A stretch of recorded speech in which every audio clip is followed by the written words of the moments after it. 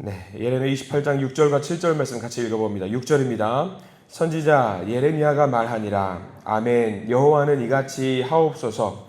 여호와께서 내가 예언한 말대로 이루사 여호와의 성전 기구와 모든 포로를 바벨론에서 이곳으로 되돌려 오시기를 원하노라.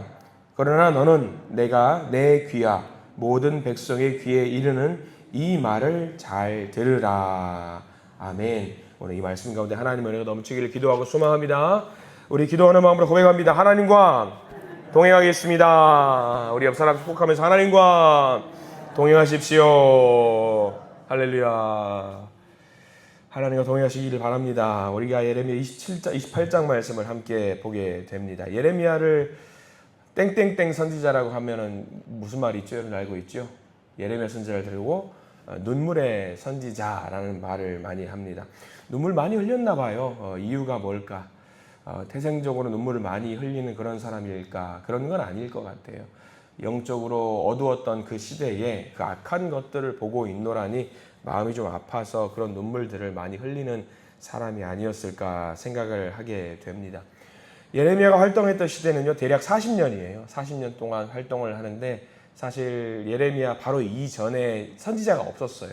그 전에 있던 선지자는 이사야 선지자가 있었는데 이사야 선지자하고 예레미야 선지자하고 한 60년 정도의 공백이 있어요. 그만큼 선지자가 없던 시대였거든요. 예레미야 선지자가 활동했을 때 같이 활동했던 선지자가 있다라고 한다면 스바냐라든가 나훔 같은 선지자가 같이 활동을 했는데 이미 그들은 다 죽고 이제 마지막 남은 선지자라고 할 수 있었던 사람이 예레미야였어요. 그러니까 하나님의 말씀을 전하는 사람이 같이 동역할 수 있는 어깨를 좀 맞대고 사역할 수 있는 사람이 있으면 좀 힘이 날 텐데 예레미야 주변에는 선지자들이 없었거든요. 그래서 조금 스스로 굉장히 힘들었고 외로웠고 적적한 마음 달랠 길이 없었던 선지자였기 때문에 어쩌면 눈물이 참 많았던 선지자라는 생각을 좀 해보게 됩니다. 그래서 보면은요, 예레미야서에서 그 말씀 많이 나온다고 제가 말씀드렸습니다. 여호와의 말씀이니라 라는 말이 굉장히 많이 나온다라고 했어요. 그럼 우리는 생각하죠. 여호와의 말씀이니라. 왜 이런 말씀을 계속 반복해서 선포하게 하실까? 그런 생각을 요즘 묵상하면서 그런 생각을 해봤어요. 여러분들이 생각하시기에 지금 이 시대에 이 땅 가운데 교회가 많아 보여요? 적어 보여요? 이 땅 가운데. 아파트 사시는 분들은 이제 위층에서 이제 저녁에 불 다 꺼진 곳에서 바깥을 보면 십자가가 많아요, 적어요? 많이 있죠. 제법 많이 있습니다. 근데 한편으로 그런 생각을 해보려는 거예요. 이 땅 가운데 교회가 이렇게 십자가가 많이 있는 이유가 무엇일까? 교회가 많이 있는 이유가 무엇일까? 가만히 생각해 보니까 거짓을 전하는 자들이 많아서 이렇게 교회도 많이 있는 것이 아닌가 생각을 하게 되더라고요. 예레미야도 좀 마찬가지가 아니었을까 싶어요. 하나님께서 여호와의 말씀이니라를 일부러 이렇게 말씀을 많이 전하시는 이유가 거짓 선지자들이 많아서 하나님이 그렇게 말을 전해라라고 시킨 것이 아닐까 생각을 하게 됩니다. 여호와의 말씀이다. 여호와의 말씀이다. 오늘 성경 말씀 28장에는 그 거짓 선지자의 대표적인 주자가 한 명이 등장을 합니다. 여호와의 말씀이니라 그 말씀에 반하는 말을 했던 선지자라고 하는 사람이 한 명이 등장을 해요. 이 거짓 선지자는 어떤 말을 전했냐면 지금은 괜찮을 거야. 바벨론 쳐들어와도 괜찮아. 걱정하지 마. 하나님이 지키실 거야. 하나님이 도우실 거야. 어떻게 보면 대단한 믿음이지요.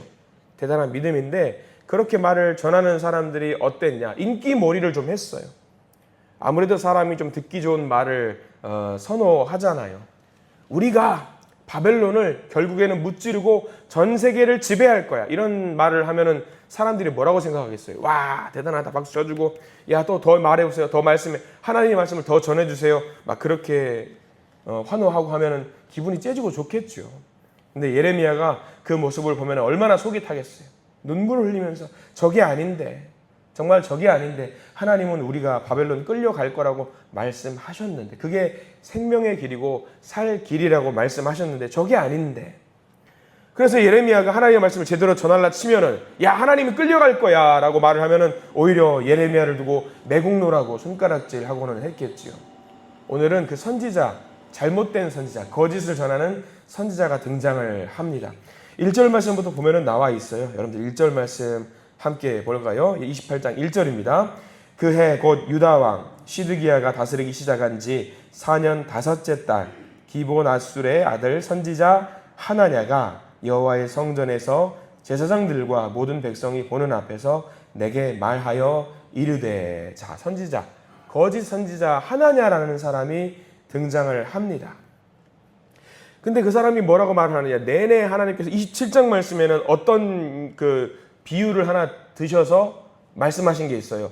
멍에를 매라고 했어요. 27장에는 소의 멍에를 매라, 끌려갈 것이다 라는 것을 했는데, 이 하나냐가 그 멍에를 매라는 하나님의 말씀에 반대되는 말씀을 전하거든요. 2절 말씀이 그 내용이에요. 2절 말씀 같이 천천히 읽어볼까요? 만군의 여호와 이스라엘의 하나님이 이같이 일러 말씀하시기를 내가 바벨론 왕의 멍에를 꺾었느니라 라고 나와요. 자, 이게 마치 누구 들으라고 하는 말이냐? 27장에 멍에를 메고 끌려가야 한다라고 했던 예레미야에게 대놓고 들으라고 하는 말 같아요. 멍에 그거 하나님이 끊어버리실 거야. 하나님이 없애버리실 거야. 듣기 좋죠? 듣기 좋잖아요. 그렇게 선포하고 있어요. 근데 하나냐가 잘못 선포하고 있다는 것을 우리는 알아요. 하나님이 멍에를 짊어지고 가라고 했던 것을 우리는 알아요. 하나님은 멍에를 꺾지 않으세요. 오히려 멍에를 씌우시는 분이세요. 사람들이 예레미야의 말을 듣고 화도 내고 속상해하고 그러지만 하나냐의 말을 듣고 옳다다, 저거다. 그래야지 우리 하나님이지. 저거 꺾어버려야지 우리 하나님이지. 그렇게 사람들이 하나냐를 보면서 기분이 좋았던 거예요. 덩달아서 하나냐는 사람들에게 인기를 얻고요, 인정도 받고요. 사람들이 하나냐를 두고 그렇게 말해요. 야, 저 사람이 진짜 선지자다. 그렇게 말을 하죠. 예레미야에게는 뭐라고 말하냐면 야, 저 사람이 거짓 선지자다라고 말을 해요. 근데 분명히 하나님은 멍에를 꺾겠다라고 말씀하신 적이 한 번도 없어요. 그 전에 선지자들도 내내 그렇게 말했어요. 지금 이제 하나냐 선지자하고 예레미야 선지자가 정면 충돌하는 내용이 오늘 성경 말씀 28장 말씀이에요. 그래서 3절, 4절 보면은 계속해서 그 멍에를 꺾고 바벨론 포로 생활한다는 이야기가 담겨 있습니다. 3절, 4절은 제가 빨리 읽어볼 테니까 한번 눈으로 쭉 따라와 보십시오. 3절과 4절이 제가 읽어봅니다. 내가 바벨론의 왕 느부갓네살이 이곳에서 빼앗아 바벨론으로 옮겨간 여호와의 성전 모든 기구를 2년 안에 다시 이곳으로 되돌려 오리라. 4절 내가 또 유다의 왕 여호야김의 아들 요고니아와 바벨론으로 간 유다 모든 포로를 다시 이곳으로 돌아오게 하리니 이는 내가 바벨론의 왕의 멍에를 꺾을 것임이라 여호와의 말씀이니라 하니라. 자, 이거는 얼마나 희망적인 메시지예요. 하나냐가 그렇게 선포하는데 이거는 하나님께 말씀을 받아서 한 게 아니라 자기 희망사항을 선포하는 거예요. 다 돌아올 것이다. 멍에를 하나님이 꺾어버리실 것이다. 이게 하나냐의 말이죠. 사람들은 환호하죠. 근데 예레미야가 이 말을 듣고 뭐라고 하는지 잘 보셔요. 눈물을 흘리는 말을 하거든요. 눈물을 흘리는 말.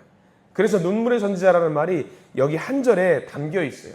이 하나냐가 야, 돌아올 거야. 멍에를 꺾어버리실 거야. 하나님이 힘을 내실 거야 라고 말을 하니까 이 예레미야가 뭐라고 하느냐. 6절 말씀 전체에 다 밑줄을 그으셨으면 좋겠어요. 우리가 아까 읽은 본문인데요. 6절 다시 한번 읽어봅니다. 선지자 예레미야가 말하니라. 아멘. 여호와는 이같이 하옵소서. 여호와께서 내가 예언한 말대로 이루사 여호와의 성전 기구와 모든 포로를 바벨론에서 이곳으로 되돌려 오시기를 원하노라. 자, 이게 뭐예요? 이거 눈물 흘리면서 하는 말이에요. 야, 나도 진짜 그랬으면 좋겠다.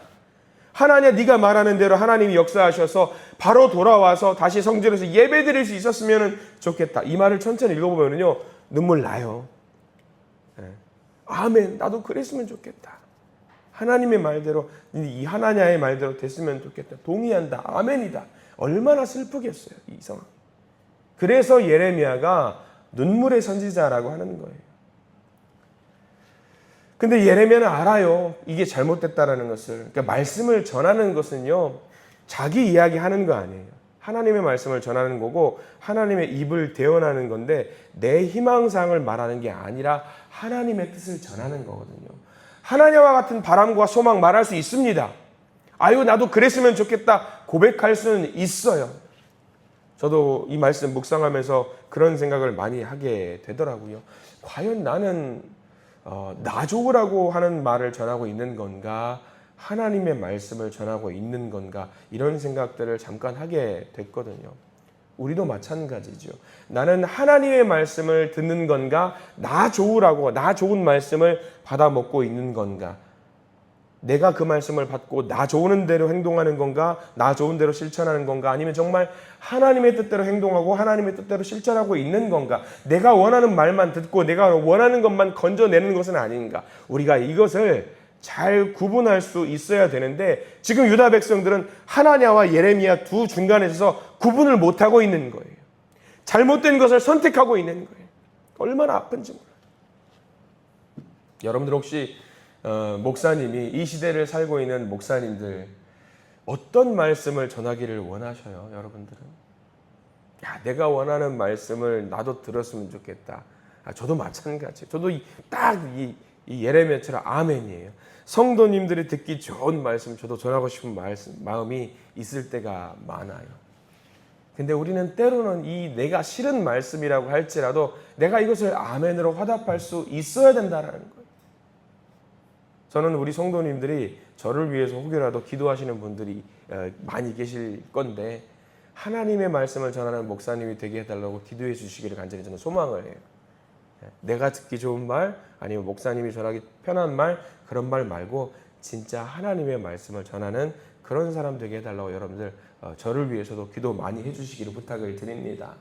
그래서 예배가 끝나고 나서 목사님과 보통 인사를 하면서 아유 목사님 은혜 받았어요 라는 말 좋아요.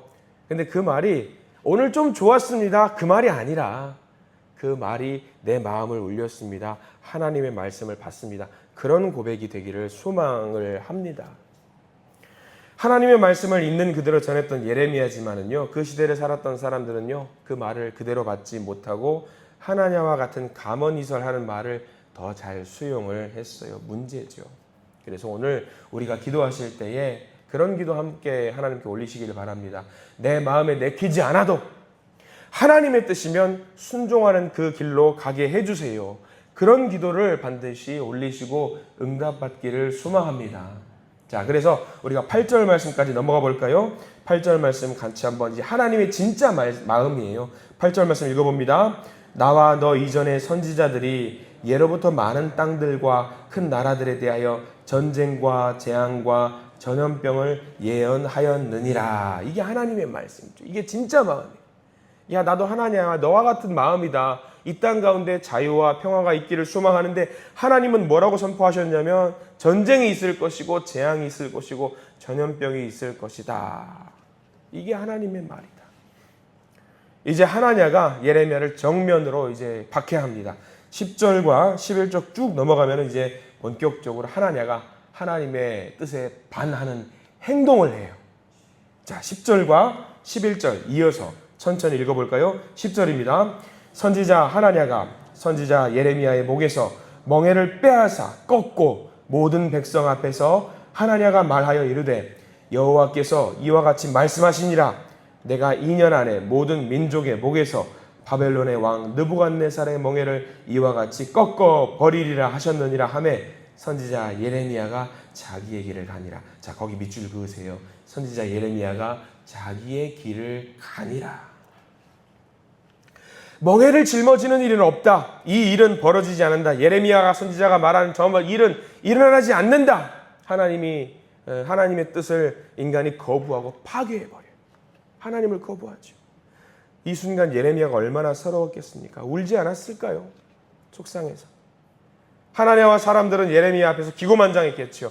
아마 보통 사람 같으면 이 상황 속에서 오히려 이 하나냐와 단판을 지으려고 했을 거예요. 왜? 예레미야는 하나님 편에 서 있었기 때문에 두려울 것이 없었거든요. 그러면 기도하고 하나님 저 하나냐 혼내주세요 라고 기도할 수 있었습니다. 그러나 예레미야는 그렇게 하지 않고 11절 끝에 뭐라고 나와 있냐면 자기의 길을 가니라.